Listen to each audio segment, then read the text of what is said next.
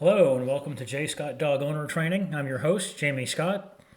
Today I'm going to talk about why you should never take anything away from your dog. This one's a little tricky. There are exceptions, as there are with any rule, and I'll get into those a little bit.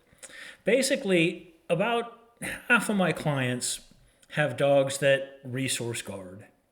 So they either guard food or toys or bones or their space or another person, could be a person. Anyway, this guarding behavior can be very dangerous, and this often stems from taking things away from puppies. So if your puppy has something like a sock or a piece of garbage or something you don't want him to have, you never want to wrestle that away from him. That teaches him to guard. Okay?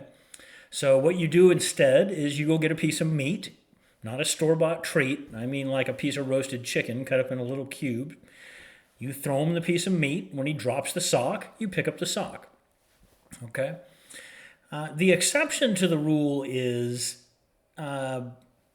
if your dog has something, I mean, if it's an extreme safety issue, okay? If your dog's chewing on an oleander leaf, okay? My friend had a basset hound that died from eating one oleander leaf, okay?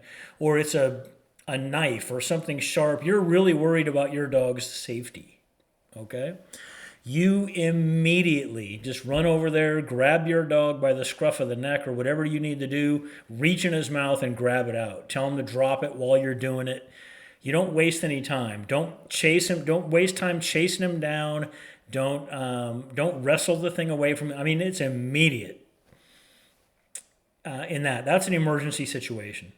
But for the most part, every other time, you never want to wrestle anything away from your dog. It will make him start guarding.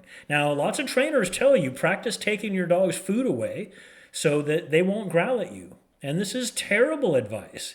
This will train your dog to growl at you, most likely. Okay? So that's what I got for you today. Thanks for watching. And remember, always give your dogs what they need to feel secure and be happy.